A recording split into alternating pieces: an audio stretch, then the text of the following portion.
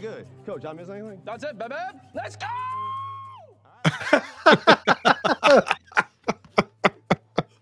Ted Lasso season 3 episode 7. We're back. We're going to watch it as always. Thank you to all of you that have watched these videos. Not only that, but one in particular, this little Ted Lasso video essay from well over a year ago, eclipsed 1 million views, which I never fathomed would ever happen for anything that I've even touched in my life to be consumed at that level. Check it out if you haven't. But hey, look, I'm at 1 million.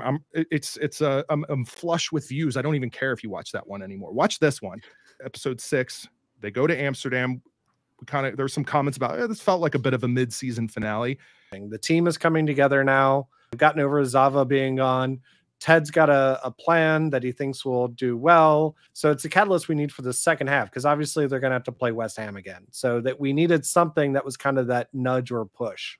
2 characters I expect to see more of in this episode based on the fact that they were predominantly off camera or completely off camera in the last episode. Keely, Nate. Maybe even some Jack. We'll see some of the characters that we didn't see last time.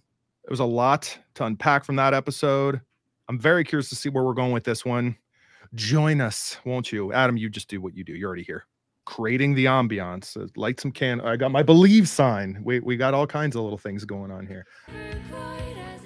Looking for Jade. And yep. Will she even acknowledge him? Are we back to square one? Oh, okay, they're being a little all right. Now that's a cup of coffee. Oh, okay, I thought he was going in. That was a smooth move. Just keep going. It's true. Oh, I love this book. And it's signed. No. Yeah, that's a rich gift. Keely, you go, girl. Jane Austen. Okay, no. Maybe not. One, it wasn't priceless. It was actually very expensive.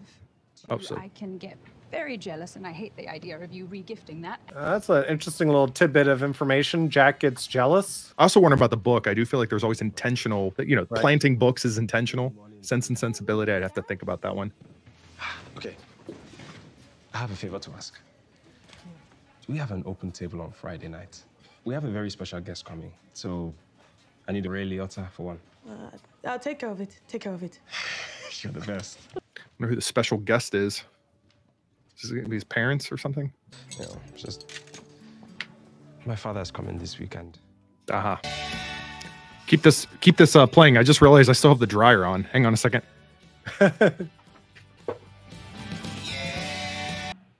Total Football, which coincidentally Coach dreamed up in a barbecue sauce related hallucination just last week.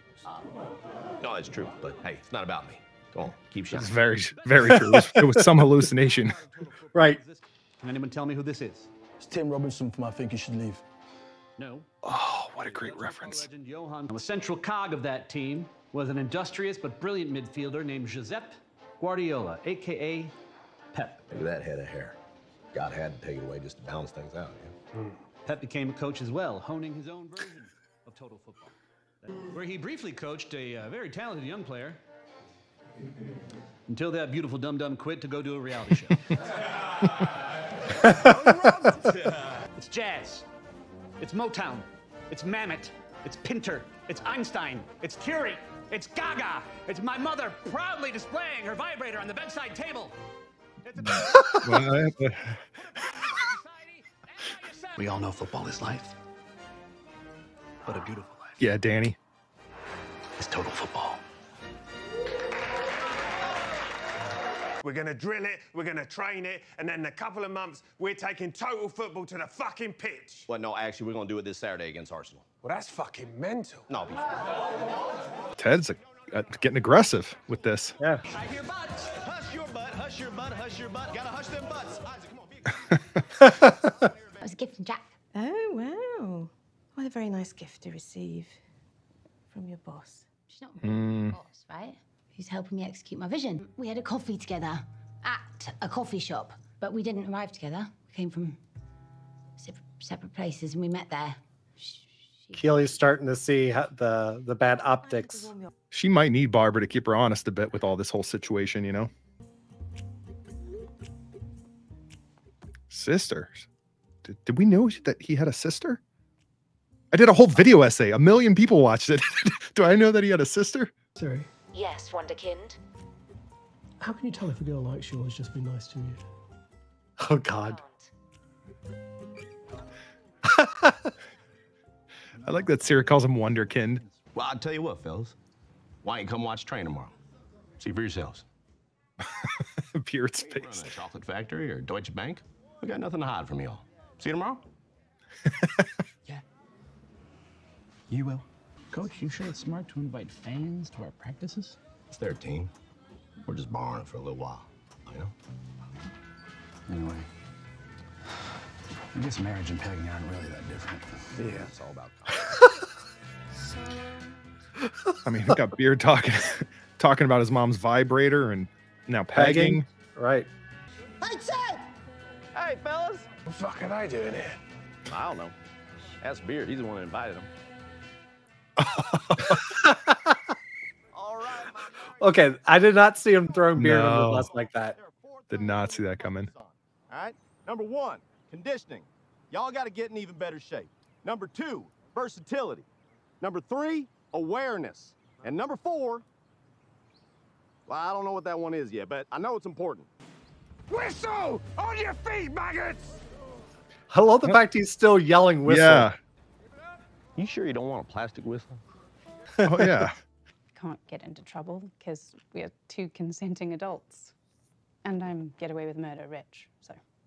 Really? Yeah. Like who else? Name names. Everyone connected to Epstein. Keely, I don't care. Hey, everyone. Quick announcement. Keely and I are dating. And so both of us just wanted to let you all know so that there were no secrets. But if any of you have any issues or concerns about this at all, please do not hesitate to come and speak to me or Keely or Barbara.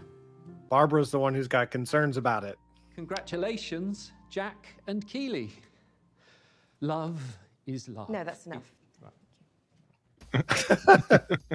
Okay, so you never got his name, and you never told him yours. No. We transcended sex. It was Magic. gezellig. But yeah, I would have really liked to have seen his penis. Oh my God, and the way she proclaimed our relationship to the entire office, it was so fucking hot. Love bombing. That's when you're bombarded with expensive gifts and trips and grand gestures of love. I'm sure Rebecca lived that with Rupert early on. Is that on my second date with Rupert, date, he took me to a car showroom and said, which one do you want? Yeah. Excuse me, can we get the bill, please? Thank you. Actually, the bill was already taken care of by Jack. She said she hopes you both enjoyed your meal. All right, then. Ali, come with us. Let them have their girl talk. Some pep in his dad's step there. I haven't seen that before around the family. Right, but at the same time, he kind of implied Nate is a girl at the same time. Yeah. I mean, obviously, there's that. How do you tell if a girl likes you or has just been nice to you?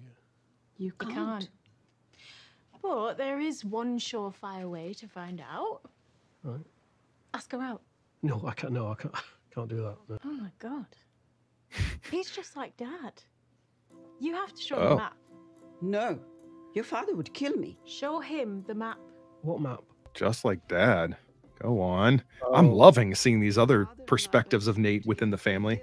Distance between our dorms on campus, 1.3 miles. Distance between us on Friday night, 8 p.m. Hopefully 1 foot. Would you like to go on a date? It's certainly a move. It should say, help make Britain better than this bitch.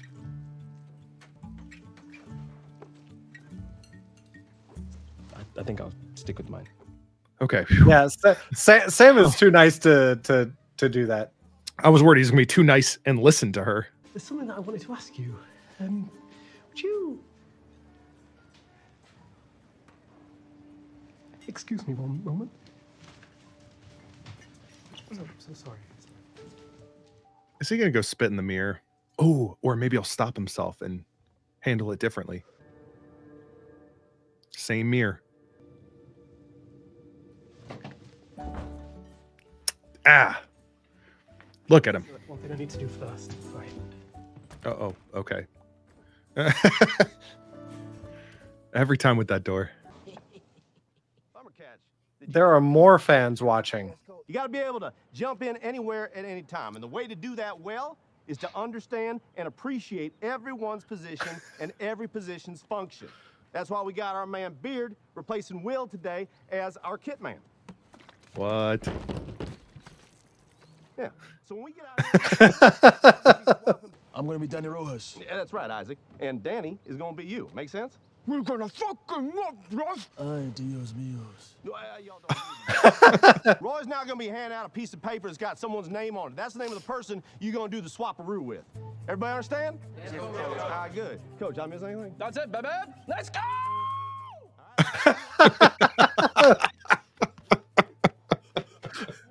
There's been a mistake.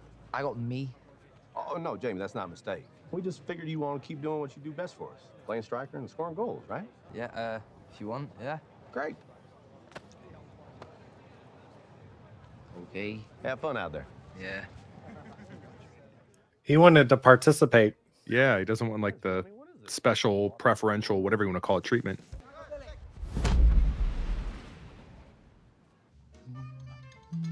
Oh God.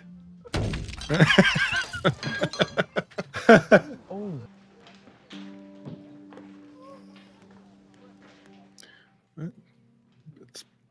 It's Twitter. I mean, that tracks. That's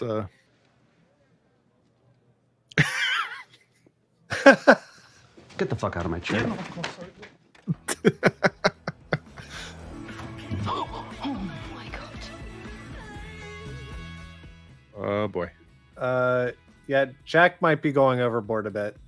When you play total football, you got to know what your teammates are doing at all times. Constant movement. Yeah, I think there's even more people in the stands. Yeah, it keeps growing. No one's mentioned it yet either. In Japanese culture, they have a myth where they believe that all soulmates are connected by an invisible red string. And those strings are attached to each of their little fingers. Why is it tied around our dicks? What? Yeah, well, you know, that was Roy's idea. But I'm pretty sure the thought behind it is really impossible. Oh my God. Are they really going to go through this exercise? Figure it out. This is what we're doing.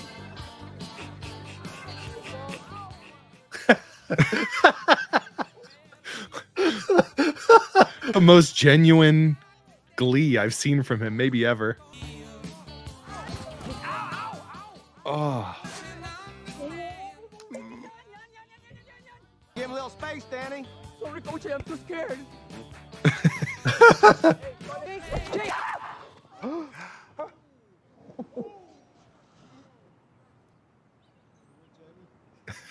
It's okay. His penis is okay.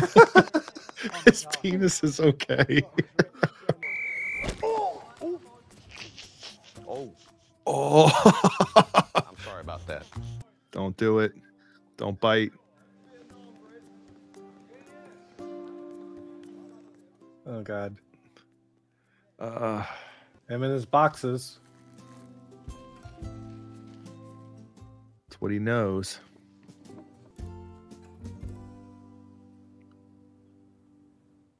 Okay. All right. Well, look, I wish you the best, Nate. I hope it works. And I'm not even saying that sarcastically. I just don't know what else to say about this move. I don't know.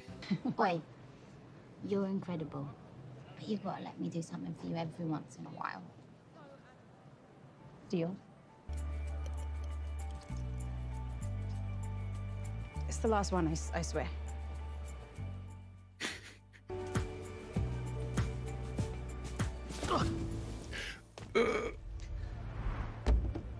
Is he gonna get run over?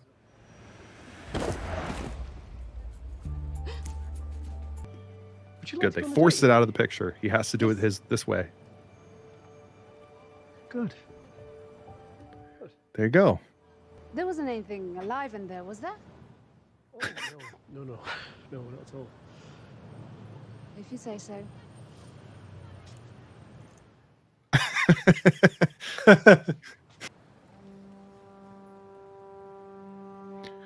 Here we go. Oh, and his family's coming in town. Oof. Here you go, sir. What is this? Greatest? No, not Great Escape. It is, right? I think so. Next time Yeah. we do this drill, we tie multiple guys' dicks to one guy's dick. Yeah? This number 4. Yes, sir. You haven't said what it is yet. No, ma'am. But you know what it is. I don't, actually. There is no number 4? Like the man once said, sometimes you gotta leave space to let God walk into the room. Ah, so number 4 is God. Oh, no, I don't think so. Coach? I'm an atheist. Roy? Fucking hope not. The world is full of evil people who do shitty things, but I can't deal with that right now because I have to go and kick a little ball around. That is until I fuck up, or I miss a penalty, or I decide to fight back, and then they're just gonna want to ship me back wherever I fucking came from. Samuel! Oh. But if you really want to piss off the people who did this, forgive them. What? Forgive them. Big whoop. Big whoop. Big whoop. This now we know where Sam gets his personality from, his positiveness. It's really nice to finally meet you, sir. You too. You know, I almost wore that exact same thing today. Funny guy. Rebecca Welton, lovely to finally meet you. Likewise. Samuel has told me so much about you. Has he? Yes, he has. Oh. I didn't really think about that dynamic. These two. Right. Well, I remember back in the early days of my coaching career, feeling compelled to express my individuality. And obviously, I couldn't grow a beard. Otherwise, Coach and I here would look like a ZZ Top cover band. Would have been called Sharp Dressed Men. Ooh, that's nice. God, I hate what you fucking done to me. Luckily, around that stand-up comedians known as the Blue Collar Comedy Tour, and grew myself one of them big, bushy cable guy goatees. Remember what you said to me? Your goatee makes it look like you ate out Bigfoot's butthole. That's right. AKA Sasquatch. You're on fire. Make it stop. No. I should be here, right? Let Danny go up front, move Colin over there, Richard there. So stop going to me, right? And start going through me, all right? That's total football. And there it is. Número 4. Sacrifice. Putting aside personal glory on behalf of the team. Ooh, I like that, but that ain't number 4. Let's bring it in. Come on. Will we get a number 4? Or is that just going to be the elusive? Right. Goodman over to Todd in the box. All top with the back heel. Oh. Nice. Nice. Ted. It's going to work. Great. What is? Total football. Okay. And I'll tell you why. Why? The lasso way. By slowly but surely building a club-wide culture of trust and support through thousands of imperceptible moments, all leading to their inevitable conclusion. Total football. Well, how about that? It's gotta work. What a fucking dork. Yeah. But he's our dork.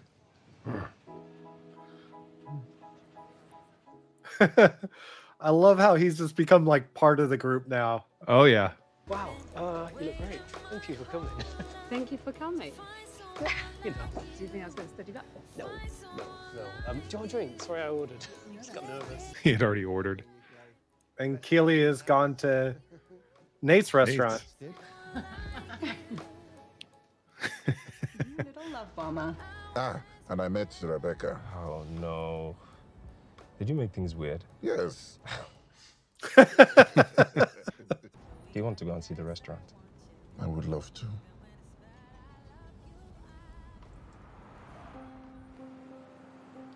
Somebody who already done a whole lot of cleanup. I was going to say, did someone work on it, or is it sort of as is when we saw it?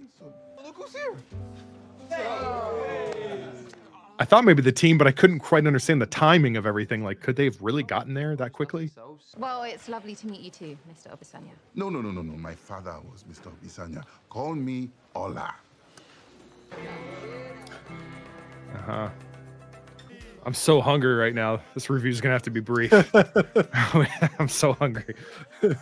A lot of reminders that Jamie, once again, has learned a lot in 3 seasons. So maybe we begin there, is the way that the team has changed this entire dynamic in the way that I think Jamie as a character is in a position now more than ever to actually facilitate it. He didn't like being not included during the practice as far as switching positions. He's not at this point even trying to hog the spotlight. Jamie first season wanted to be a Zava. At this point, he just wants everyone to succeed. He has grown so much. I wasn't sure how they're going to turn around with this total football concept, but I like that all the things we've seen building with individual characters, especially in this case, Jamie, played a part in that, in kind of solving for what they were looking for, whether or not he was the number 4. I mentioned in the intro to this, I wanted to see more Keeley, wanted to see Nate after we didn't really know what was going on with them in the last episode, and we got that.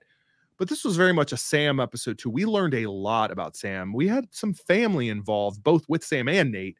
But and we understand where the name of his restaurant came from, right? Yeah. You know?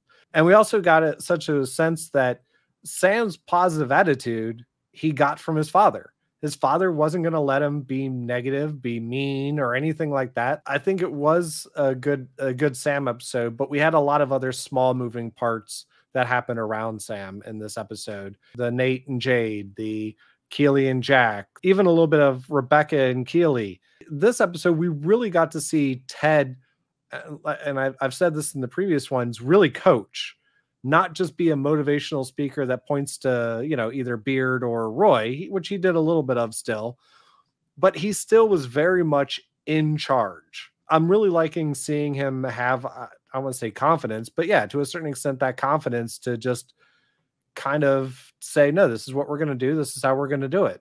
The only threat to him this episode, clearly, which we absolutely avoided, would have been if Will had continued on as Beard. I mean, that was that was a very dominant, just, I don't know, presence, I felt.